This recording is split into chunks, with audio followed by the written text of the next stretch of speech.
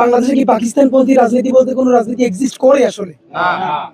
তাই যে বলছে তার গিয়ে জিজ্ঞেস করেন, তার হলো প্রতিদিন 3 দিন পরে শয়তানে কামড়ায়। এই কারণে কামড়ায়, যখনই দেখে স্টেক হাসনাত আব্দুল্লাহর কাছে চলে যায়, এটা সহজ কথা বলি, যখনই দেখে বাংলাদেশের জনমত হাসনাত আব্দুল্লাহর কাছে চলে যায় ফেসবুকে, তখন তার দরকার তার নিয়ে মানুষ আলোচনায় আসুক, যেটা বলে নেগেটিভ প্রমোশন। তখন কি বললে আসবে, এই জন্য তার সে প্রতিদিন 3 দিন 5 দিন 7 দিন পরে পরে এইগুলো পোস্ট দিয়ে অ্যাক্টিভ করার চেষ্টা করে।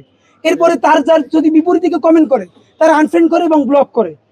আমি বুঝি না সে একজন মন্ত্রণালয় থেকে এই সময় পায় কই। তো আমাদের কিছু ছোট ভাই এবং ওরা প্রচন্ড বিতণ্ডায় জড়াই গেছিল, এবং আমি তাদের মধ্যে ঢুকে সমঝোতা করতে যাই। তো সমঝোতা করতে যাওয়ার কারণে দেখা গেছে অনেকে হাতাহাতি পর্যায়ে নিজেরা হয়েছে। তো আমাকে আসলে কেউ কোনো ধরনের আঘাত করে নাই, কিন্তু ব্যাপারটা মিসলিডিং হয়েছে, যেহেতু এই ধরনের গেছে যে আমরা বলেছি দল নিষিদ্ধ চাই, কিন্তু ওরা কেন কার্যক্রম নিষিদ্ধ চাই এটার পক্ষে অবস্থান নিতে চাই। তো জাবেরের মাইক কিনে নেওয়ার কারণে ওখানে যত মানুষ ছিল ভীষণভাবে রিয়েক্ট করেছে এবং তারা তাদেরকে ধরতে চেয়েছে। তা আমি মাঝখানে থেকে যেটাই হোক আমরা নিউট্রাল করার চেষ্টা করেছি।